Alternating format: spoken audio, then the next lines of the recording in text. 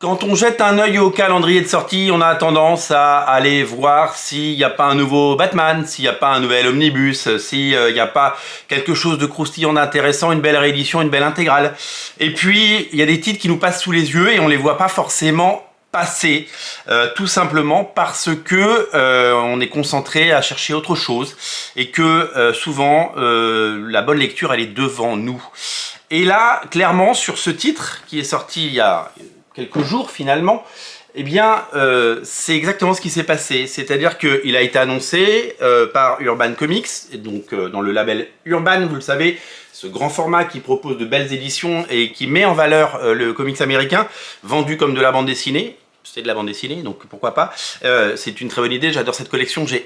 Je me suis rendu compte que j'avais énormément de titres dans cette collection, alors qu'elle a été lancée il y a quoi, un an, et que j'aime beaucoup lire ces bouquins parce que je trouve que eh bien, les pages sont grandes, les pages sont belles, ça met en valeur le travail, les bulles sont grandes, on n'est pas comme ça à essayer de découvrir et de déchiffrer ce qu'il y a dans les bulles.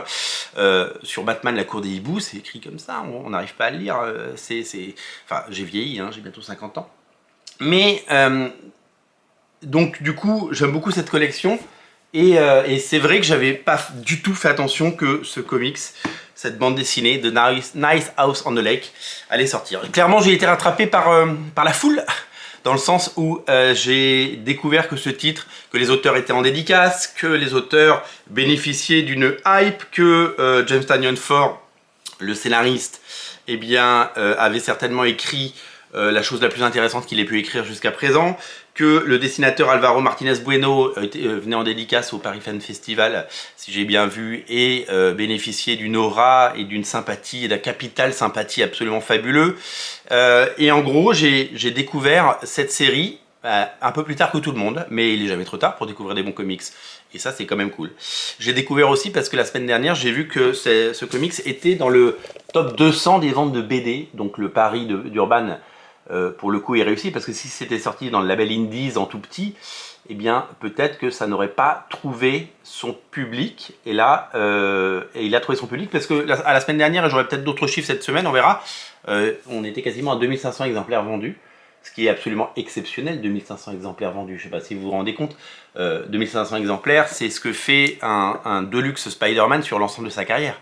Là, on est à 2500 exemplaires en 2 semaines. Alors, vous savez, c'est comme le cinéma, une première grosse semaine et puis après ça chute. Mais là, si le bouche à oreille est bon et si je vous donne envie d'acheter cette bande dessinée, peut-être que vous franchirez pas. En tout cas, je vous conseille parce que c'est une véritable claque. James Tynion Ford, c'est un scénariste qui est là depuis quelques années. D'abord, il a fait des backups sur des séries comme Batman. C'était un peu le protégé de Scott Snyder. Il avait été présenté comme tel en tout cas.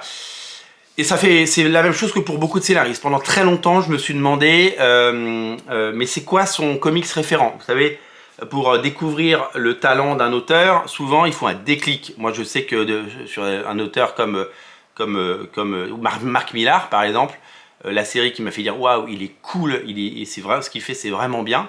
Et ben c'est Authority et depuis je regarde ce scénariste autrement. Il y a des scénaristes comme je pense notamment à Ed Brubaker. Ed Brubaker, je pense que les premiers comics que j'ai adoré de lui c'était ses Captain America parce qu'il ressort en omnibus très bientôt dans un mois et ça va être complètement fou. On a énormément de choses comme ça qui font qu'on a des déclics et on se dit mais cet auteur il vaut quelque chose. Parce que on lit des choses, j'ai lu son Batman, j'ai bien aimé, mais je comprenais pas la hype autour de cet auteur et surtout pourquoi Urban mettait autant de moyens parce qu'il ressortent tout, il y a Department of Truth, il y a Something is Killing the Children, tout ce qu'il fait sort. Alors c'est un auteur qui est malin parce qu'il s'est fait évidemment connaître, en fait il avait un projet comme Mark Millar, comme beaucoup d'autres, il s'est fait connaître sur Batman. Il a créé sa fanbase, il a des gens qui le suivent, qui l'aiment, et il propose donc maintenant ses propres séries comme plein d'auteurs, Brubaker, Millar, etc., Matt Fraction, etc., Jonathan Hickman, même s'il est revenu un peu chez Marvel. Voilà, c'est pour mieux se faire connaître, quoi. Ils font leur pub dans un grand club, et puis après, ils montent leur propre petite structure comme Scott Snyder l'avait fait auparavant. Sauf que il fait pas du comics mainstream, enfin il fait pas du super-héros dans tout ce qu'il fait. Si vous lisez Something is Killing the Children, vous le savez.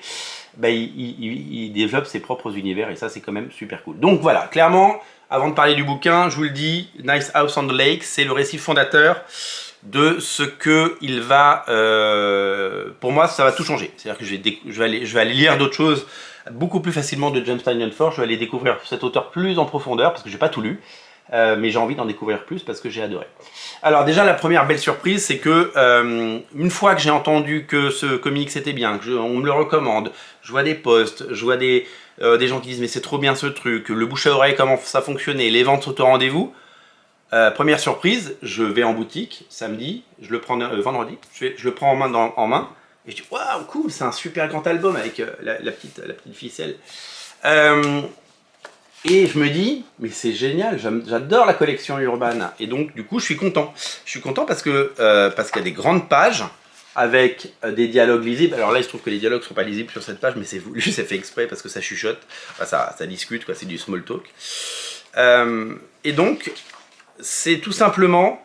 c'est des grandes pages et qui mettent vraiment en valeur le travail. Et du coup, on a envie de l'ouvrir, on a envie de la découvrir.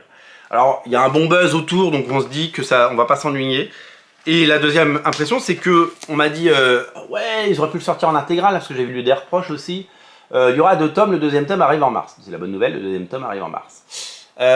Pourquoi ils n'ont pas tout sorti d'un coup? Je ne sais pas pourquoi ils ont tout sorti d'un coup, mais je sais juste que moi, quand j'ai entendu ça, je pensais qu'ils avaient découpé, ils l'avaient saucissonné, quoi. C'est genre une saga en 6 parties découpée en 2 tomes, 2-3. Pas du tout, il y a 6 numéros là-dedans, il y a un nombre de pages assez conséquent.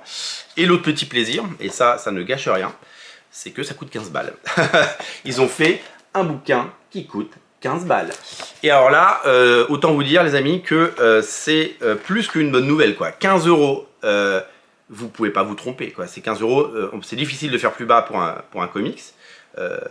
C'est vraiment très compliqué d'aller chercher des prix plus bas. Regardez comme c'est beau. Regardez comme c'est beau, c'est vraiment superbe. 15 balles, ça se tente, voilà. Prenez pas trop de risques, même si ça vous plaît pas, mais ça vous plaira certainement.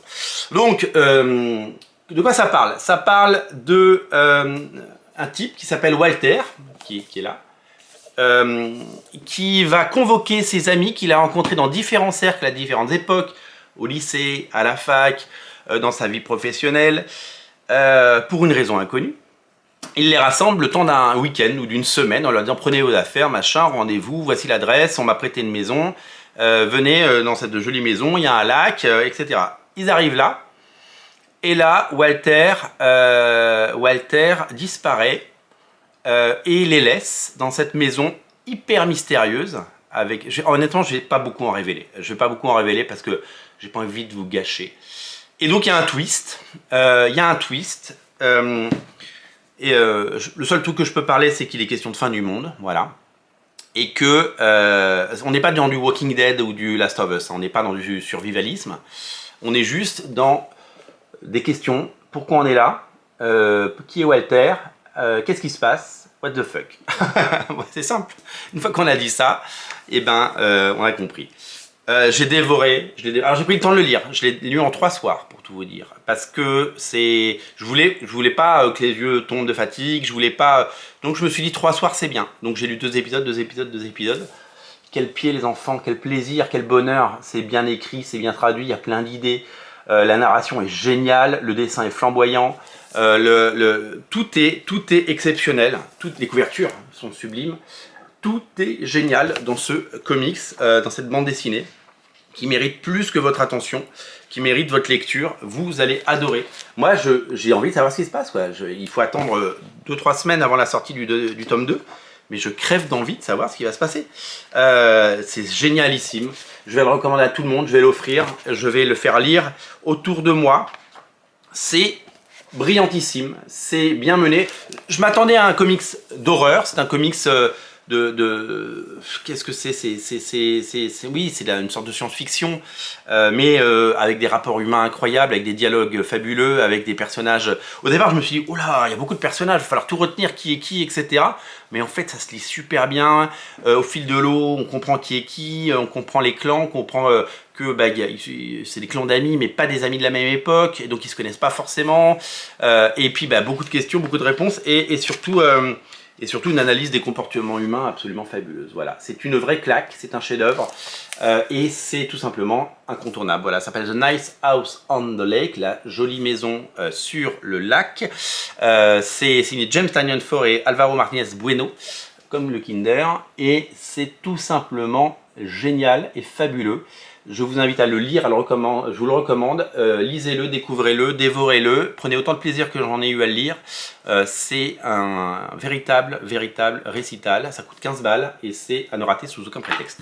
Je vous mets le lien dans le descriptif de la vidéo, les amis. Et régalez-vous parce que c'est tout simplement un comics fabuleux et incontournable. Salut!